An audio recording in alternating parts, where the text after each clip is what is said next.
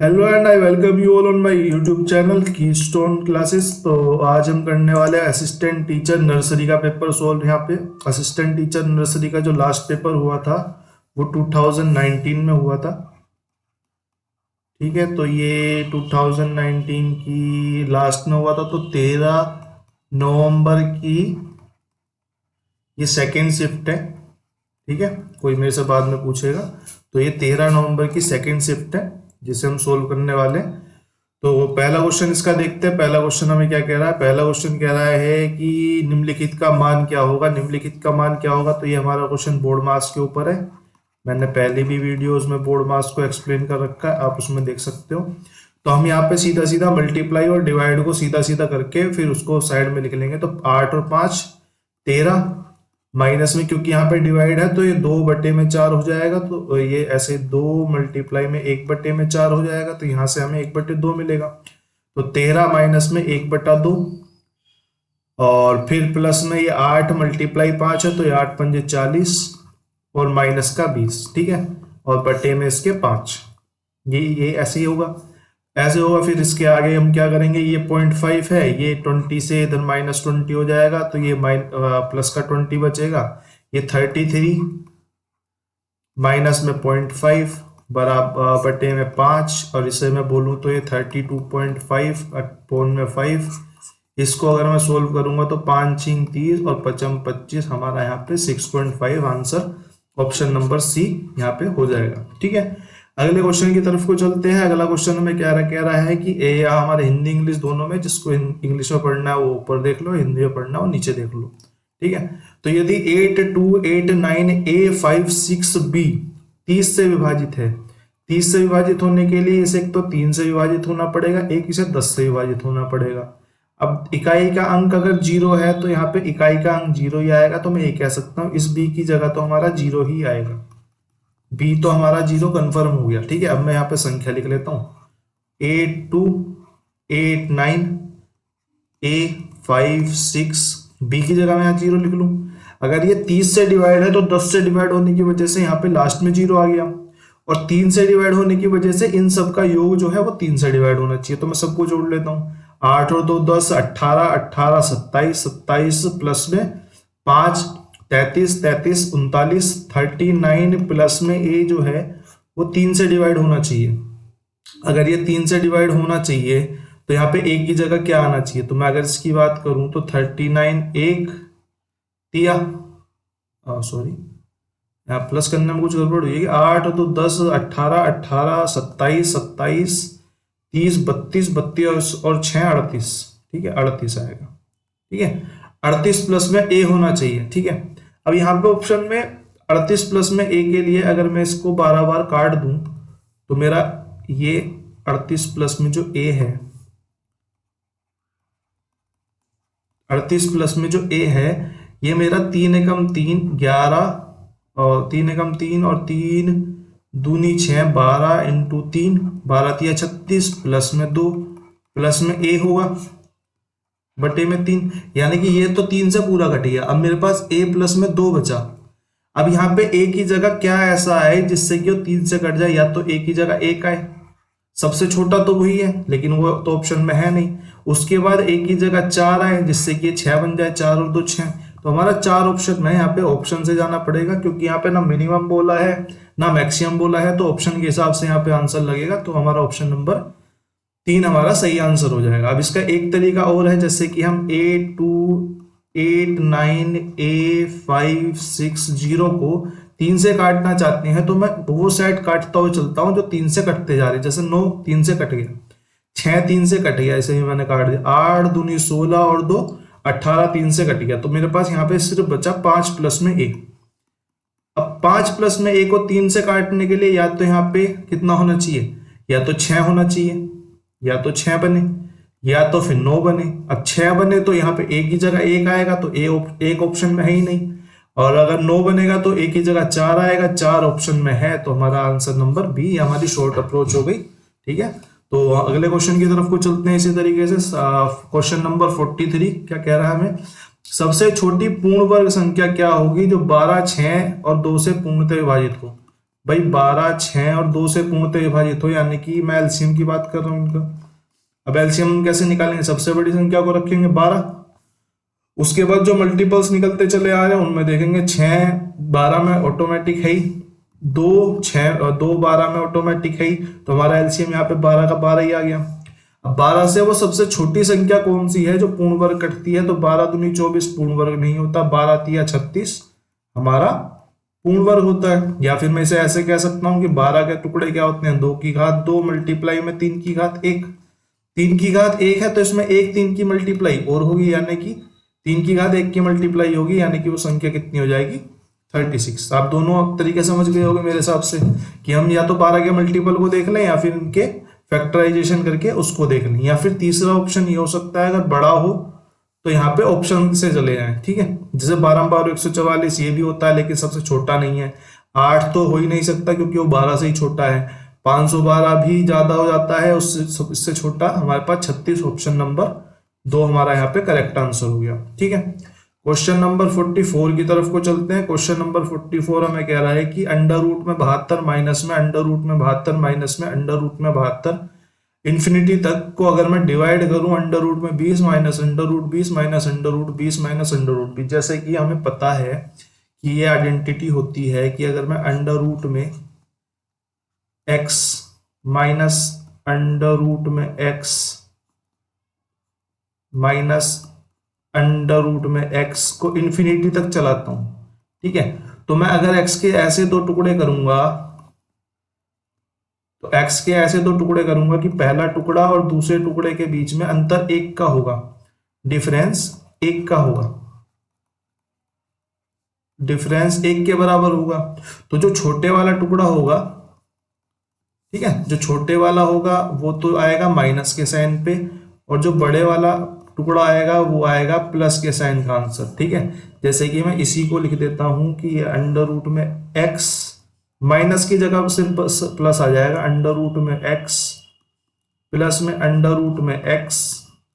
तो अगर ये वाली कंडीशन आएगी इन्फिनिटी तक, ठीक है, ये वाली कंडीशन इन्फिनिटी तक आएगी, तो ये जो बड़े वाला टुकड़ा है इसको मैं बड़ा मान लेता हूँ, ये बड़ा है तो ये सेकंड वाला आंसर हो जाएगा, और छोटे वाला इस वाली केस में आंसर हो जाएगा। जैसे कि मैं इसमें देखूं तो इस वाली इक्वेशन में मेरे को दो टुकड़े मिल रहे हैं 8 निम 72, तो मेरा इस वाली इक्वेशन का आंसर जो है वो छोटे वाला हो जाएगा, ठीक है। और मैं इस वाली इक्वेशन को उठा के इसको देखूं तो इसमें मेरा 4 पंजे 20 हो जाएगा, क्योंकि माइनस का साइन है तो मेरा छोटे वाला आंसर हो जाएगा, ठीक है। इस वाली इक्वेशन से हमें 8 मिलेगा, इस वाली इक्वेशन से हमें 4 मिलेगा, तो इसने क्या बोला है, equation divided by this equation कितना होगा, यानी कि 8 बटे में 4 की बात कर रहा है, या फिर यहां लिख देता हूं 8 बटे में 8 डिवाइडेड बाय 4 की बात कर रहा है, यानी कि 2 हमारा यहाँ पे आंसर हो जाएगा, ऑप्शन नंबर 3, ठीक है। अगले क्वेश्चन की तरफ को चलते हैं। 45 क्वेश्चन हमें क्या रहा है, ये भी फिर बोर्ड मास का ही क्वेश्चन है, सिंपल बोर्ड मास का क्वेश्चन है, तो जैसे जैसे दिया हुआ है वैसे वैसे लिखते चलो। जो भाग है या फिर ब्रैकेट है उनको सबसे पहले सोल्व करना है, डिवाइड मल्टीप्लाई और ब्रैकेट सबसे पहले सोल्व करना है, सबसे पहले ब्रैकेट फिर डिवाइड और फिर मल्टीप्लाई सोल्व करना है, ठीक है। तो हम यहां से करते हैं, यहाँ पे कोई डिवाइड मल्टीप्लाई है नहीं, तो 8 और 2 10 माइनस में 17 पंजे 85 प्लस में 3 छिंग 18 और 6 की मल्टीप्लाई जब इसमें 36 में होगी तो 6 तो नहीं 12 36 18 216 अपोन में 5, ये a है। मैं दोनों इक्वेशंस को साथ साथ में सोल्व करता चलता हूँ। 39 से अगर मैं 78 को डिवाइड करूंगा तो 2 प्लस में 19 से अगर 57 को डिवाइड करूंगा तो 3 और मल्टीप्लाई में 2 माइनस 5, 14 को मल्टीप्लाई कर और 28 को डिवाइड करूंगा 14 से तो 2 पे चला जाएगा, 5 और 2 7, यानी कि मल्टीप्लाई में 5 और 2 7 बटे में 5, ठीक है। इसको आगे मैं फर्दर सोल्व करता हूं।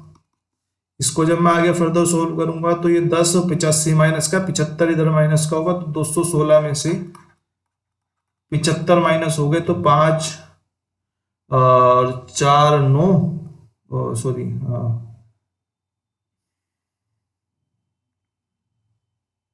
5 और 4 9, कर्सर नहीं चल रहा, 1 सेकेंड, तो अगर मैं 216 में से 75 को माइनस करूंगा तो ये 6 और 5 11 का 1 लगा, 1 हासिल।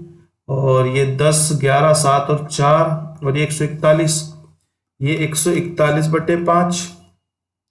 और ये कितना बनेगा, 3 दूनी 6 और 7 पंजे 35, माइनस का 35 और 6 और 2 8, 8 माइनस में 35 बटे में 5, यानी कि ये बन गया 27/5।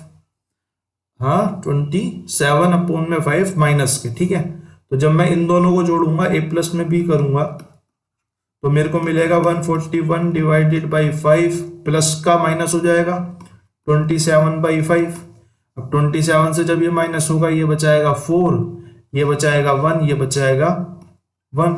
5 से जब हम इसे डिवाइड करेंगे तो 5 2 जा 5 2 जा और 5 8 जा 40। तो हमारा 22.8 यहाँ पे हमारा ऑप्शन नंबर ए, यानी कि ऑप्शन नंबर 1 हमारा यहाँ पे आंसर हो जाएगा। 46 क्वेश्चन की मैं बात करूं, ए बी सी का औसत 44.5 है, डी ई बी का औसत 66.5 है, ए बी सी डी ई का औसत 53.4 है। और यहाँ पे पहली कंडीशन में ए बी सी का दे रखा है, तो बी का मान याद कीजिए भाई। मेरे को 1 2 3 4 पांचों का औसत 53.4 दिया हुआ है, ठीक है।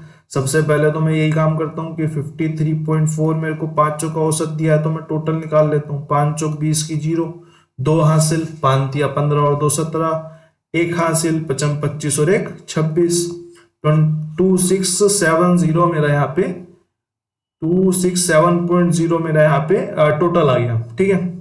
अब अगर मैं बात करूं, मेरे से निकालने को क्या कहा है, मेरे से निकालने को कहा है बी।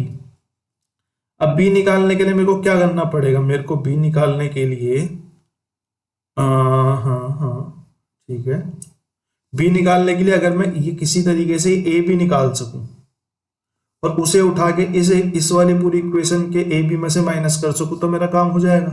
तो मैं बोलता हूं कि ए बी प्लस सी जो है वो 44.5 है, 44.5 है।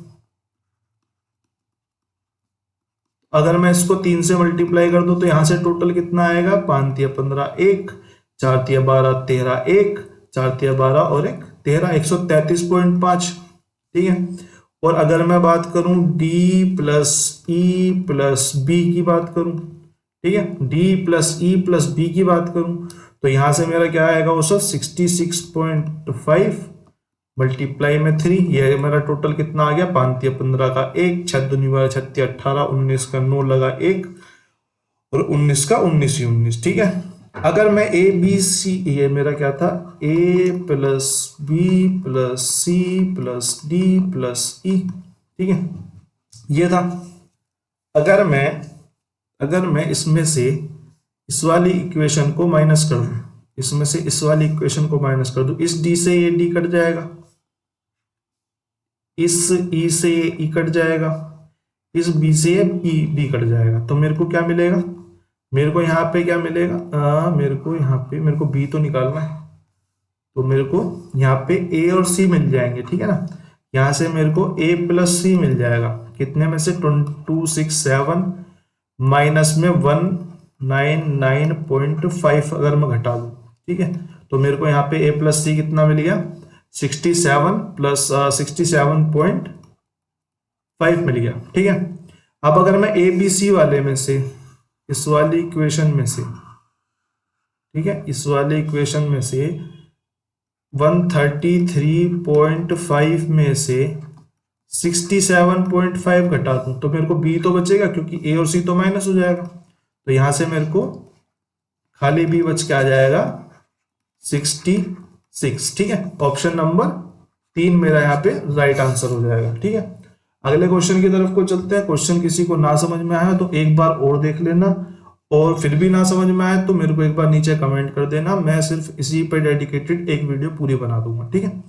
क्वेश्चन नंबर 47 की तरफ को चलते हैं। एक कक्षा में 480 छात्र हैं, उनमें से 15% परीक्षा में अनुत्तीर्ण हुए। भाई मेरे को पता है कि किसी भी कक्षा में 100% छात्र होते हैं, उसमें से 15% फेल हुए, तो पास कितने हुए, 100 में से अगर मैं 15 को घटा दूं, मेरे को पता चल गया 85% पास हुए, ठीक है। ये अरे ये क्या हो गया,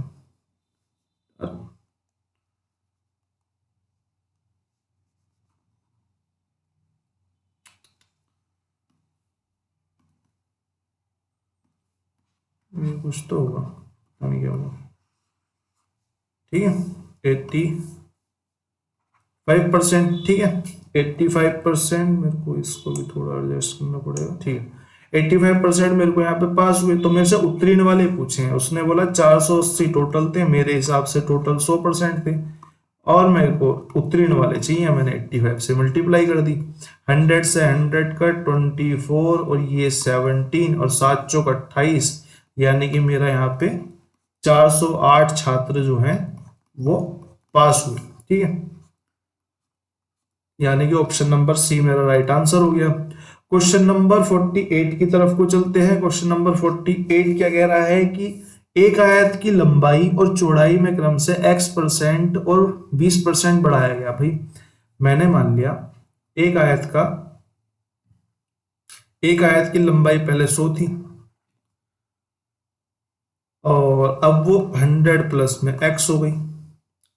एक आयत की चौड़ाई पहले 100 थी, वो अब 120 हो गई। ठीक है, तो यहां से जो मल्टीप्लाई करके जो हमारा वो बनना था, क्या बोलते, क्षेत्रफल बनना था, एरिया बनना था, वो कुछ बन रहा था, वो 100 बन रहा था। ठीक है, इसको ऐसे लिखने की जगह आप ऐसे ही लिखो डायरेक्ट, तो ज्यादा बेहतर है, वरना पजल हो जाओगे। ठीक है, मैंने बोला कि 100% जब एल थी और 100% जब बी थी, ठीक है, तब तो इसका एरिया 100 ए था। एरिया को मैंने ए से लिख लिया। लेकिन अब जब 100 प्लस में एक्स ए हो चुकी है, एल हो चुकी है, और 120 बी हो चुकी है, तब इसका जो एरिया बढ़ के 174 हो गया है। ठीक है, 174 ए से मैंने ए को काट दिया, ठीक बात है, बी से मैंने बी को काट दिया, एल से मैंने एल को काट दिया। कट सकते हैं, बिल्कुल कट सकते हैं। 100 से मैंने 100 को काट दिया। ठीक है, और किससे कटेगा? 6 दूनी 12, 6 दूनी 12, 6 नीम 54, 6 दूनी 12 20, और 20 पंजे 100। तो मैं इसको अगर आगे लिखूं, ये 100 प्लस में x उधर चला जाएगा, तो मैं इसको 100 प्लस में x बराबर में 29 मल्टीप्लाई में 5, यानी कि 145 हो गया। यानी कि ये x से 100 से कितना ज्यादा है? 45। तो x की वैल्यू कितनी आ गई? यहां से x की वैल्यू हमारी आ गई 45%। ठीक है, ये हमारा आंसर हो गया। ठीक है, अगले क्वेश्चन की तरफ को चलते हैं। अगला क्वेश्चन क्या कह रहा है? पहले लोट में रोहित ने 11 वस्तुएं 12 रुपए में खरीदी। ठीक है, पहले लोट में रोहित ने 11 वस्तुएं 12 रुपए में खरीदी। भाई मैं यहां लिख लेता हूं 11 वस्तुएं 12 रुपए में खरीदी। ठीक है, और 12 वस्तुएं 11 रुपए में बेच दी। भाई ये सीपी है और ये एसपी है। 12 वस्तुएं 11 रुपए में बेच दी। दूसरे लोट में श्याम ने 16 वस्तुएं, अब श्याम आया, श्याम ने खरीदी 16 वस्तुएं 15 रुपए की। ठीक है, और समान प्रकार की 15 वस्तुएं 16 रुपए की बेच दी। ये रुपए हैं, ये क्वांटिटी है। ठीक है, अब ये सीपी है और ये एसपी है। ठीक है, अब जो कुछ भी कह रहा है वो बाद की बात है। आप मेरी एक बात समझो, आपने पहले क्वेश्चन करा होगा तो आपको पता ही होगा, जब भी हम कोई चीज खरीदेंगे और कोई चीज बेचेंगे तभी तो सीपी और एसपी बनेगा। अगर मैं सेम क्वांटिटी में चीज खरीद ही नहीं रहा हूं, या सेम क्वांटिटी उतनी क्वांटिटी मैंने बेची नहीं, तो मैं उस पर सीपी एसपी कैसे निकालूंगा? मेरे पास तो रह गई। अगर मेरे को उस पर प्रॉफिट और लॉस निकालना है तो मेरे को जितनी क्वांटिटी मैंने खरीदी है उतनी ही क्वांटिटी मेरे को आगे बेचनी पड़ेगी। यानी कि इस तरीके के जितने भी क्वेश्चन होते हैं, या तो उसमें क्वांटिटी का कोई रेशियो वगैरह दिया हो, वरना हम ये मान के चलेंगे कि उसने जितनी क्वांटिटी यहाँ पे खरीदी उतनी ही यहाँ पे बेची। लेकिन अलग है, जितनी क्वांटिटी यहाँ पे खरीदी उतनी क्वांटिटी यहाँ पे बेची, यानी कि मेरे को यहाँ पे क्वांटिटी दोनों जगह पे सेम करनी पड़ती, सीपी और एसपी की। ठीक है, अब इसको सेम करने की जगह ये मतलब नहीं है कि मैं 11 की मल्टीप्लाई 12 में करता फिरूं, 12 की मल्टीप्लाई 11 में करता फिरूं। ठीक है, मैं इस 12 की मल्टीप्लाई इन दोनों में करूंगा। लेकिन अगर मैं इसे सिर्फ रुपए में करता हूं, यानी कि 144 रुपए की चीज खरीदी और इसकी मल्टीप्लाई सिर्फ इसमें करता हूं कि 121 रुपए की बेच दी, तो मैं सिर्फ रुपए पे आ जाता हूं। रुपए पे क्या होता है ना, रुपए पे मैं जब आता हूं तो मैंने ये दोनों 132 चीजें हैं, 132 चीजें 144 में खरीदी थी, 121 में बेच दी। ठीक है, मेरे को रुपए से ही मतलब है सिर्फ। इसी तरीके से अगर मैं इसमें बात करूंगा तो ये हो जाएगा 16 16 256 और 15 15 225, यानी कि 16 मल्टीप्लाई में 15 यानी कि 15 15 225 प्लस में 240 वस्तुएं उसने 225 रुपए में खरीदी, 256 में बेच दी। ठीक है, अब मेरी वस्तुएं बराबर हो गई दोनों जगह, यहां भी 240 खरीदी थी 240 बेची, यहाँ 132 खरीदी थी 132 ही बेची, मैंने मल्टीप्लाई करके सब बराबर कर लिया। ठीक है, अब उसने जो पूछा है, अब देखो, अब उसने बोला क्रमशः रोहन व श्याम के लाभ व हानि प्रतिशत क्या होंगे। भाई उसने रोहन और श्याम के दोनों के लाभ और हानि प्रतिशत हमसे यहाँ पे पूछ लिए। आप मुझे एक मिनट का समय दो, मैं 1 मिनट माना बस।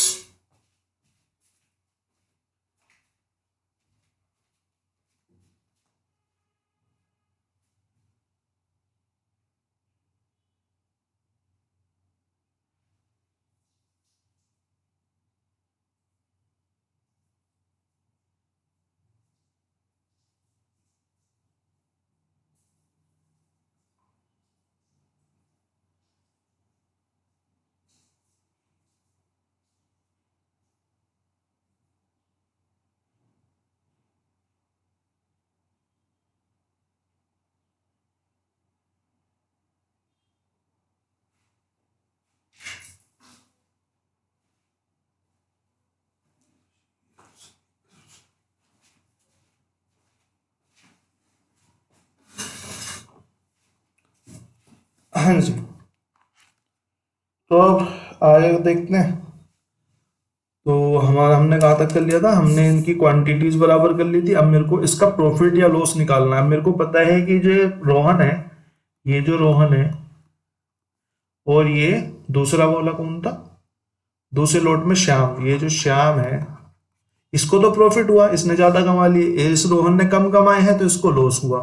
अब कितना लॉस हुआ, 144 पे लॉस हुआ। कितना लॉस हुआ, 144 में से 21 घटाए यानी कि 3 2 23 का लॉस हुआ, मल्टीप्लाई में 100। ठीक है, इसको कितने का प्रॉफिट हुआ, इसको कितने का प्रॉफिट, देखो मैं आपको एक चीज दिखाता हूँ, इसको तो लॉस ही हुआ है, तो ये प्रॉफिट वाले तो आपस में अपने आप ही कट हो गए।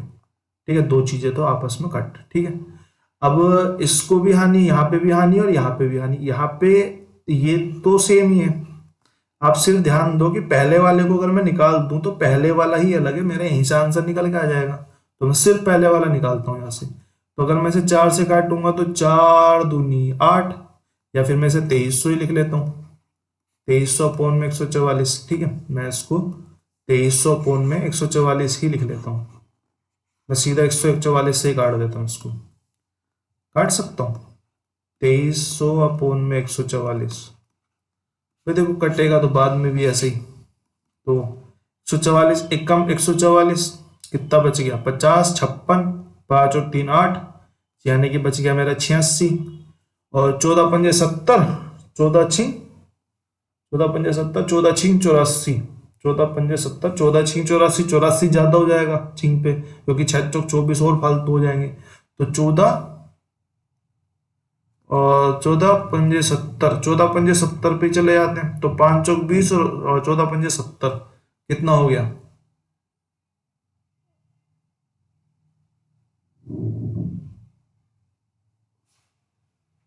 14 पंजे 70, 700,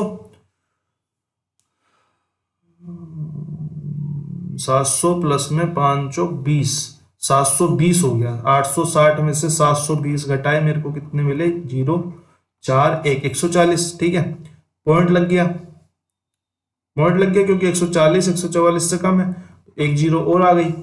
तो 14 दूनी 28, 14 तिया 42, भाई 1400 ये लगभग लगभग 9 पे जाएगा, वरना अगला तो 1440 हो जाएगा। तो यहाँ पे 9 हो गया, यानी कि मेरे को यहाँ पे दूसरे इनिशियल पे आते ही पता चल गया कि मेरा आंसर यहाँ पे ऑप्शन नंबर ए होने वाला है। ठीक है, ये थोड़े बड़े क्वेश्चन है, थोड़े लेंथी क्वेश्चन है, उसी हिसाब से यहाँ पे ऑप्शन भी सेट है कि 2 तो लाभ के उससे कट गए और तीसरा दूसरे अक्षर पे आते ही कट गया। ठीक है, इतना सिंपल सा है, बाकी सब सेम ही है। ठीक है, अगले क्वेश्चन की तरफ को चलते हैं। 50 नंबर क्वेश्चन हमें क्या कह रहा है कि 3 धनात्मक संख्याओं में पहली और दूसरी का अनुपात, भाई पहली संख्या का अनुपात और दूसरी संख्या का अनुपात 2:3 है, और दूसरी संख्या का अनुपात तीसरी संख्या का अनुपात दूसरी का 3 और तीसरी का 4 है।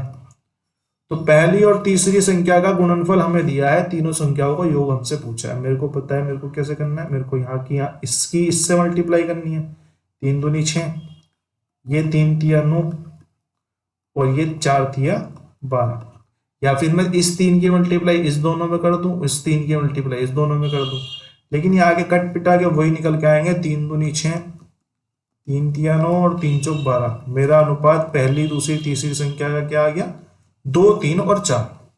तो मेरे को इसने दिया है कि जो 2800 800 है ये पहली और तीसरी संख्या का गुणनफल है। पहली संख्या कितनी है 2, तीसरी संख्या कितनी है 4।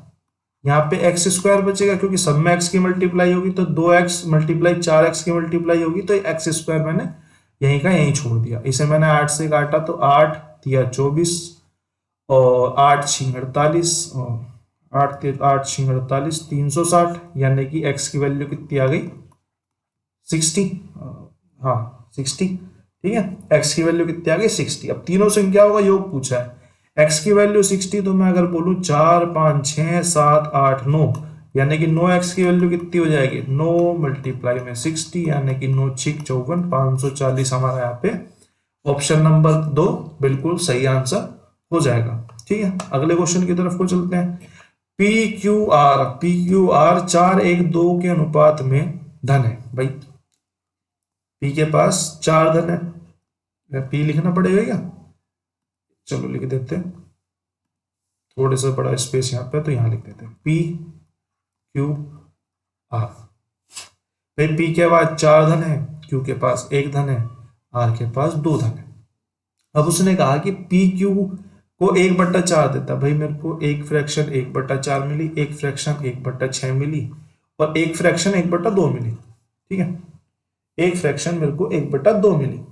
भाई मैं क्या काम करता हूं, इन फ्रैक्शन का एचसीएफ लेके, इन फ्रैक्शंस का एलसीएम लेके मैं उनको इसमें मल्टीप्लाई कर देता हूं। ठीक है, या फिर मैं एचसीएफ को मल्टीप्लाई कर देता हूं, नहीं मैं एलसीएम को इनका एलसीएम क्या आएगा 12, तो मैंने इन सब में 12 की मल्टीप्लाई कर दी, जिससे कि मेरी इक्वेशन जो है वो थोड़ी इजी हो जाए।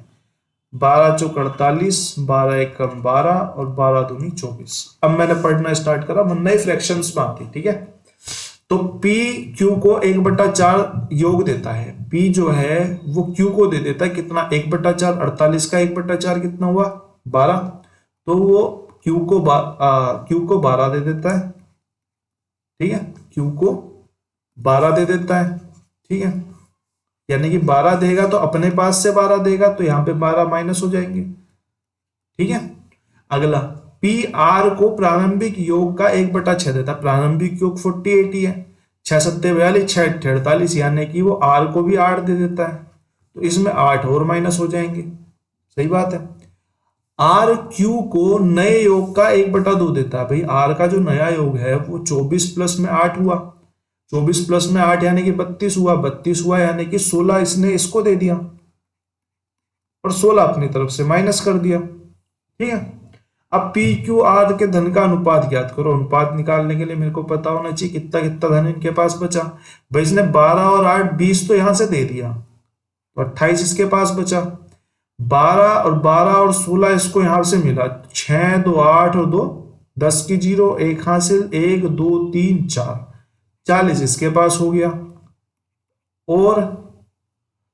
और इसके पास कितना हो गया भाई 8 प्लस हुआ 16 फिर माइनस हो गया, तो यहाँ पे -8 हुआ होगा, -8 हुआ होगा तो यहाँ पे खाली 16 बचा इसके पास। तो मेरे पास PQR जो है वो अगर मैं इनको सबको काट लूं तो 4 से कट जाएंगे, 4 7 28, 4 250 और 4 चौक 16, 7 अनुपात में 10 अनुपात में 4 के अनुपात में बचेंगे। ठीक है, तो ऑप्शन नंबर 2 हमारा यहाँ पे राइट आंसर हो जाएगा। ऐसे अगले क्वेश्चन की तरफ को चलते हैं। अगला क्वेश्चन हमें क्या कह रहा है, अगला क्वेश्चन कह रहा है कि एक राशि पर 8 वर्षों में प्राप्त किया गया कुल साधारण ब्याज 3696 रुपीज है। 3696 रुपीज है 8 सालों में। वार्षिक ब्याज की दर अगर 50% हो तो राशि ज्ञात करो। भाई मेरे को एक बात बताओ, अगर 8 वर्ष तक मैंने किसी राशि को ब्याज पे दिया और 50% मेरे को हर साल मिला, तो यानी कि मेरे को 8 पंजे 40, यानी कि 400% मिल गया होगा, जाहिर सी बात है। तो ये जो 3696 है ये मेरा 400% के बराबर हुआ। और मेरे को मेरी राशि कितनी होगी, मेरी राशि अपने आप में 100% होगी, तो मैं 100% की वैल्यू निकाल देता हूँ। अगर मैं इसे 4 से डिवाइड करूँ, एक सेकंड रुकना।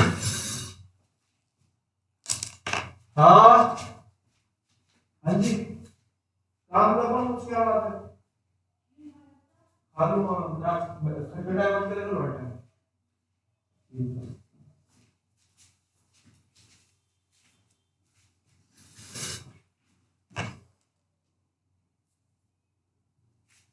ठीक है, तो क्या करा हमने, 0 से 0 काट ली, 4 से 4 अट्ठे 32, 4 नीम 36, 4 दुनिया 8 और 4 चौक 16, यानी कि 924 रुपये हमारा यहाँ पे राशि हो गई, यानी कि ऑप्शन नंबर 4 हमारा यहाँ पे राइट आंसर हो गया। अगले क्वेश्चन की तरफ को चलते हैं। 53 क्वेश्चन हमारा क्या कह रहा है, दो व्यक्ति ए और बी 11 बजे पूर्वाह्न एक दूसरे से 250 किलोमीटर दूर है। भाई मैंने मान लिया ए यहाँ पे खड़ा हुआ है और बी यहाँ पे खड़ा हुआ है और बजे 11 हुए हैं, ठीक है। अब 60 मिनट बाद ए बी 60 मिनट बाद यानी कि 11 के 12 बज गए, ठीक है, 11 के 12 बज चुके हैं। 12 बजे ये 20 किलोमीटर प्रति घंटा की स्पीड से चलना प्रारंभ करा और बी ने 1 बजे चलना प्रारंभ करा, 10 किलोमीटर प्रति घंटा की गति से 1 बजे। ये 12 बजे चलना स्टार्ट करता है, तो जब तक 1 बजेंगे 20 किलोमीटर तय कर चुका होगा। अब इस 250 किलोमीटर के स्ट्रेच में जो पूरा 250 था, इसमें अब सिर्फ बचा होगा कितना, 230, ठीक है। अब ये 230 चलना स्टार्ट करा इन्होंने, ठीक है। अब ए से दूर चलना स्टार्ट करा, बी ने ए से दूर चलना स्टार्ट करा, ठीक है। 1 बज चुका है, यहां तक 1 बज चुका है और ये बंदा, ये व्यक्ति तो इधर की तरफ चल रहा है और बी जो है वो 1 से दूर की तरफ को चल रहा है, यानी कि इधर की तरफ को चल रहा है,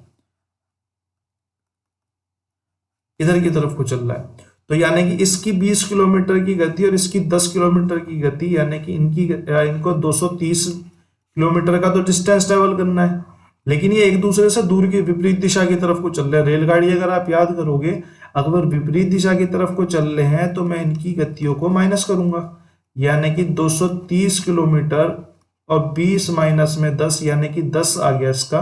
1 जीरो से 1 जीरो घट गए, 23 घंटे में एक दूसरे को मिल जाएंगे।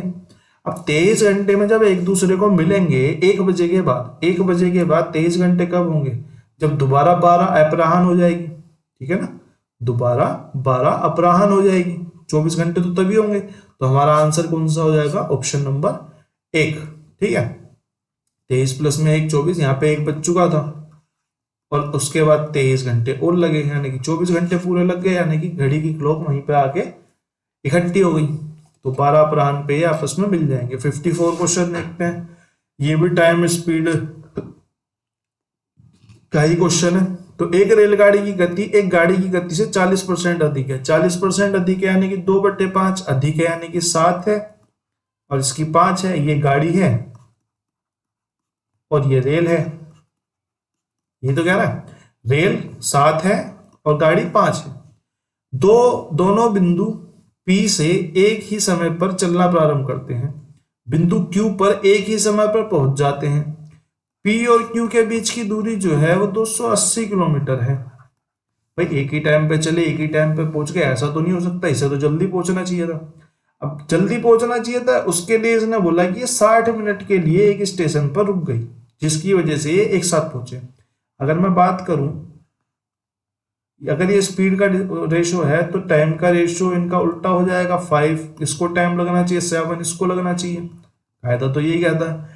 लेकिन इसने बोला कि 60 मिनट के लिए रुक गई। मेरे को पता चला ये जो डिफरेंस है जिसकी वजह से जल्दी या लेट पहुंचती वही 60 मिनट होगा, तो जो स्टेशन पे वो रुकी है उतनी देर वो गाड़ी चलती रही जिसकी वजह से वो वहां पहुंच गई। तो यह एक की वैल्यू मेरे पास, एक की वैल्यू 30 आ गई। अगर एक की वैल्यू 30 मिनट आ गई तो मैं इसको बोल सकता हूँ कि 2.5 घंटे में पहुंच जाती, चलती रहती तो, और ये 3.5 घंटे चलती रहती तो पहुंच जाती, ठीक है। अब किसी से भी निकाल दो, रेलगाड़ी की गति पूछी है उसने, रेलगाड़ी की गति क्या है भाई, 280 किलोमीटर अगर वो 2.5 घंटे में पहुंच सकती है, 2.5 घंटे में पहुंच सकती है, तो उसकी गति क्या है, एक जीरो से यहाँ पे एक जीरो लगा लो, 25 चौका 100, 28 चौका 112 किलोमीटर प्रति घंटा यहाँ पे हमारा आंसर हो गया, यानी कि ऑप्शन नंबर 3 हमारा यहाँ पे करेक्ट हो गया। ठीक है, क्वेश्चन नंबर 55 की तरफ को चलते हैं। क्वेश्चन नंबर 55 हमारा क्या कह रहा है, दोनों पाइप एक्स तथा वाई एक टंकी को 150 मिनट में भर सकते हैं। भाई एक पाइप एक्स है, एक पाइप वाई है, 150 मिनट में भर देते हैं, कोई दिक्कत नहीं। यदि पाइप वाई को 50 मिनट बाद बंद कर दिया जाता है, यानी कि अब जो एक्स और वाई का काम बचा है कितना बचा है, अगर 50 मिनट के बाद बंद नहीं करा जाता तो अगले 100 मिनट में भर देता। वाई पाइप को बंद कर दिया, यानी कि एक्स चलता रहा, एक्स चलता रहा। अब जो ये काम एक्स और वाई 100 मिनट में कर सकते थे, वो खाली एक्स ने चलते 170 मिनट में हुआ, तो वाई अकेला कितने भरेगा। तो मैं यहां से रेशियो अगर मैं लूं तो ये 1700, ठीक है। अगर मैं 100 से काटूंगा तो ये आएगा कितना, 100 से काटूंगा तो 17। काम यहाँ पे कर रहे हैं वर्क, 17 वर्क हो रहा है यहाँ पे, और यहाँ पे कितना वर्क हो रहा है, 10 वर्क हो रहा है, यानी ये वाई कितना वर्क कर रहा है, वाई 17 माइनस 10 यानी कि 7 वर्क कर रहा है। अगर वाई 7 वर्क कर रहा है और 150 मिनट में भर सकते थे, 150 मिनट में भर सकते तो पर मिनट 17 काम कर रहे हैं, तो टोटल वर्क ये हो गया। ये टोटल वर्क नहीं है, कभी से टोटल वर्क मानने लग जाओ, ठीक है। ये वर्क है सिर्फ 100 मिनट का, ठीक है। तो हमें 150 का निकालना है, तो 150 बटे 17, 150 मल्टीप्लाई में 17। यहां पे कुछ गड़बड़ है, कुछ तो गड़बड़ है। नहीं नहीं नहीं नहीं, सॉरी सॉरी सॉरी सॉरी, मैं टंकी 170 मिनट में भरी है, ये तो पूरा ही गड़बड़ हो गया, मैं माफी चाहता हूँ। ये जो टंकी 170 मिनट में भरी है, टंकी जो 170 मिनट में भरी है, तो इसमें 50 मिनट तो चल चुका ना पहले ही, तो अब 120 मिनट ही तो चला खाली है। अब इनका एलसीएम लेंगे, अब इनका एलसीएम ले लिया हमने 1200, तो यहाँ पे कितना आ गया 12, और यहाँ पे कितना आ गया 10, यानी कि वाई जो है वो 2 चल रहा है, ठीक है, वाई जो है वो 2 चल रहा है। और टोटल वर्क की अगर मैं बात करूं, 150 मिनट में अगर 12 की स्पीड से काम करते तो इतना होता, और अगर वाई काम करता, टोटल वर्क ये है और ये वाई के द्वारा किया गया कार्य है, ठीक है, वाई के द्वारा किया गया कार्य है। तो 2 छिक 12, 15 छिका 90, 900 मिनट में खाली वाई जो है इस टंकी को भर सकता है। ऑप्शन नंबर 2 हमारा यहाँ पे राइट आंसर हो गया, ठीक है। अगले क्वेश्चन की तरफ को चलते हैं। क्वेश्चन नंबर 56 है हमारा। देखो 56 बहुत अच्छा क्वेश्चन है, मैं आपको एक बहुत अच्छा तरीका इसका बताता हूँ। जब भी क्वेश्चन आएगा, जब भी ये क्वेश्चन आएगा, आप पे नहीं हो पाएगा अगर आप ट्रेडिशनल मेथड से चले। आप रेशियो मेथड से इस क्वेश्चन को करोगे, ये क्वेश्चन इजिली आप पिक कर पाओगे, ठीक है। तो रेशियो मेथड से मेरा क्या मतलब है, जैसे कि अगर मैं बात करूं, इसने बोला, थोड़ा सा समझाने में टाइम लूंगा इसमें, ठीक है। इसने बोला एक शंकु है, मैंने एक शंकु बना लिया, ठीक है,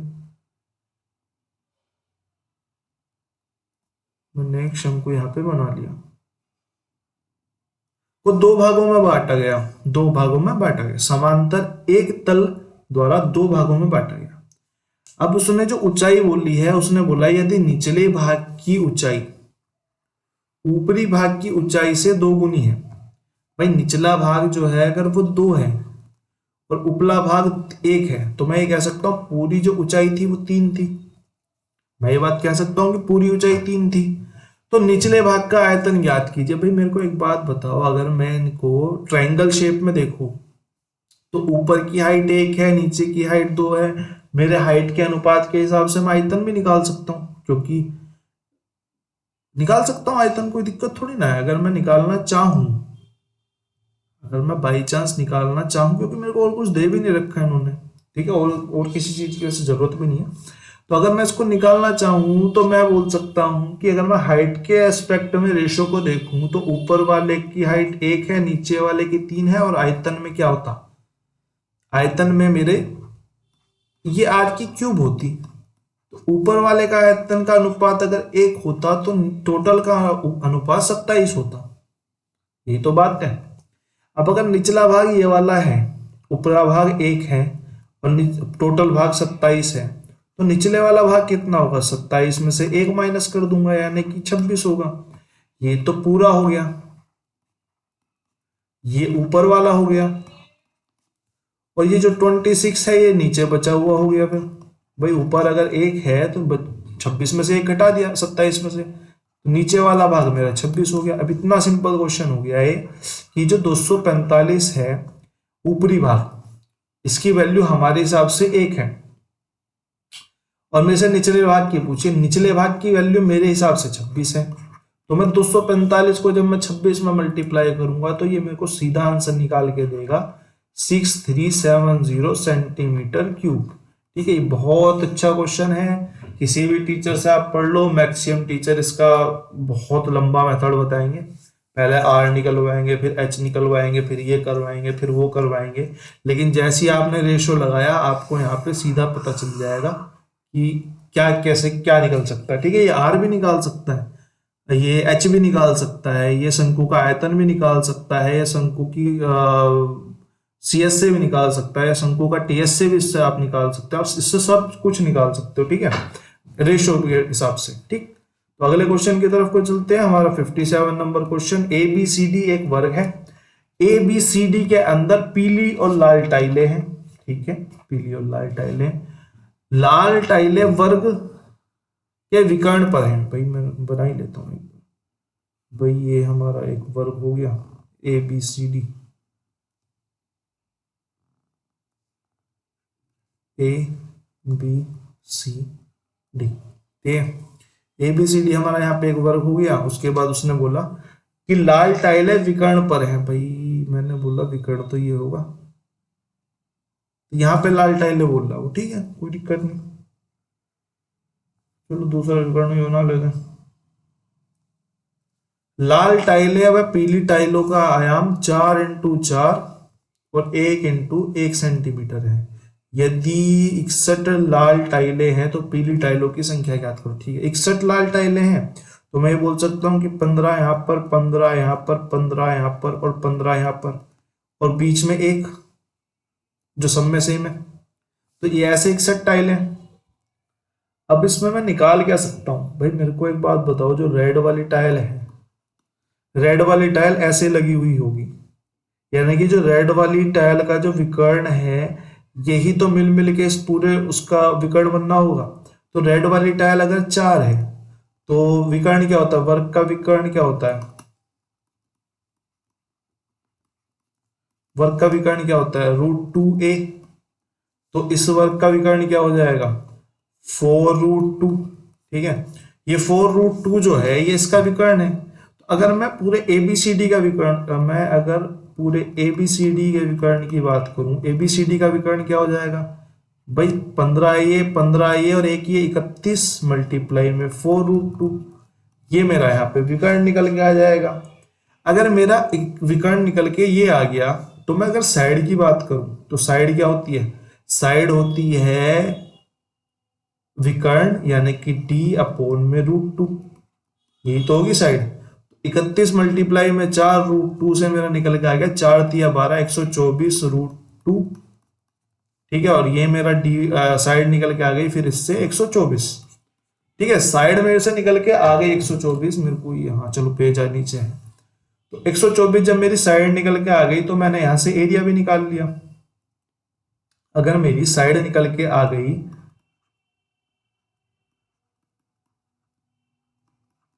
एबीसीडी की साइड, तो मैंने यहां से एरिया भी निकाल लिया।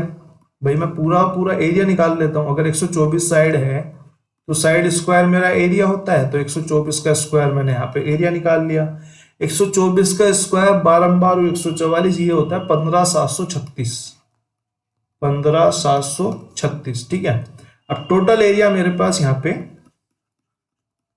टोटल एरिया मेरे पास यहाँ पे 15,736 आ गया, लेकिन उसमें कुछ लाल है कुछ पीली है। भाई मेरे को पता है कि जो 61 टाइलें हैं ये कितने की हैं? 61 टाइलें 4x4 की हैं, तो मेरे पास रेड वाली टाइल का एरिया ये निकल के आएगा, 4 चौक 16 या 6 चौक 24, 244, 244 मल्टीप्लाई में 4, 4 चौक 16, 1 4 चौक 16 17, और ये आएगा भाई साहब हमारा निकल कर 976। तो रेड वाली टाइलों का जो एरिया है, एरिया ऑफ रेड टाइल 974 आ गया, 976 आएगा, 4 नहीं आएगा, 4 चौक 16, हाँ 976 आएगा। तो अगर मैं इसे टोटल में से घटा दूं, टोटल यानी कि 15,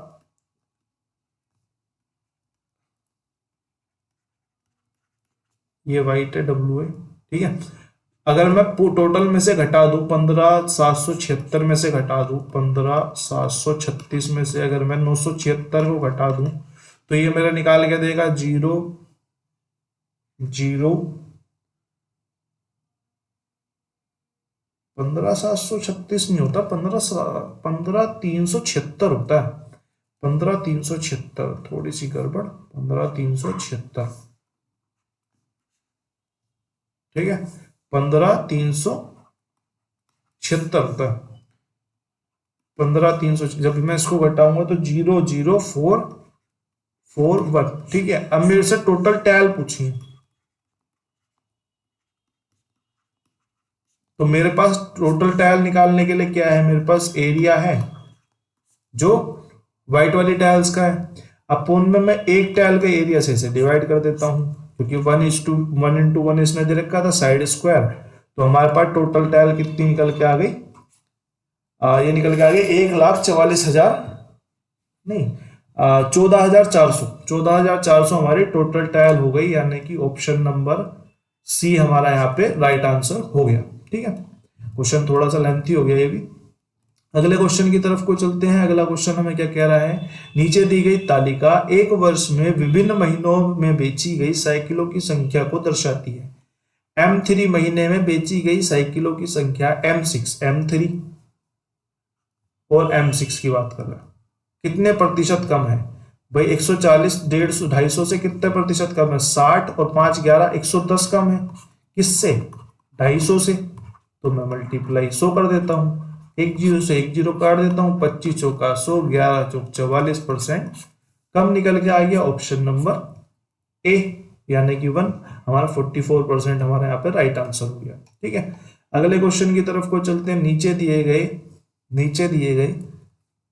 नीचे दिए गए रेखा चित्र में विभिन्न विषयों में उत्तीर्ण होने वाले छात्रों की संख्या को दर्शाया गया। यदि ए विषय S1 S2 S3 में उत्तीर्ण होने वाले संख्या के बराबर है, ए की बात करूं मैं, ठीक है, ए की अगर मैं बात करूं तो ए क्या है, S1 S2 और S4, यानी कि 720 प्लस 840 प्लस में 1120, इनका टोटल है, यानी कि 0 2 4 2 6 6 और 2 8, और तीसरी संख्या 1 8 और 9 9 और 7 16 का 6, एक हासिल, 1 और 1 2, 2680 है। बी की बात करूं तो S3 S5 और S6 के बराबर है। बी जो है वो 980 प्लस में 1260 प्लस में 1400 का है सम। तो ये कितना है, 0 की 0 0 6 8 और 6 14, 4 1 4 और 1 5 5 और 2 7 7 और 9 6 1 1 और 1 2, 2640 है, ठीक है। तो ए और बी के बीच में अंतर बताइए, सॉरी 2, ये 3 होगा, सॉरी 3 होगा, ठीक है, ये 3640 होगा। तो ए और बी के बीच में अंतर कितना होगा, ए और बीच के बीच में अंतर कितना होगा, 3640 माइनस में 2680, 0 और 8 2 6 और ये 9, और ठीक है, बस 960 हमारा यहाँ पे आंसर हो जाएगा। ऑप्शन देख लेते हैं एक बार, 960 यानी कि ऑप्शन नंबर सी हमारा यहाँ पे करेक्ट आंसर हो गया। अगले क्वेश्चन की तरफ को चलते हैं। 60 नंबर क्वेश्चन हमारा क्या कह रहा है, ये भी वेनार एक का ही क्वेश्चन है। नीचे दिए गए रेखा चित्र एक छात्र द्वारा विभिन्न विषयों में प्राप्त किए गए अंक को दर्शाता है। S2 विषय में प्राप्त किए गए अंकों का S5 विषय में प्राप्त किए गए अंकों से अनुपात बताओ। भाई S2 में 94 प्राप्त, S5 में इसने 86 प्राप्त करे। सीधा सीधा क्वेश्चन है। 94 अनुपात में 86, मैंने इनको 2 से काटा, उसके बाद ये कटे ही नहीं। 47 रेशो में 43 हमारा यहाँ पे राइट आंसर हो जाएगा। तो ये assistant primary, assistant nursery teacher की जो वैकेंसीज अभी लेटेस्ट आई हुई है, ये उसका हमने पहला क्वेश्चन पेपर सोल्व कर लिया। और पहला पेपर सोल्व करने के बाद अब हम चलते हैं अगला पेपर हम सोल्व करेंगे कल शाम तक, आपको मिल जाएगा। थैंक यू फॉर वॉचिंग, और अच्छा लगे तो सब्सक्राइब कर देना। धन्यवाद।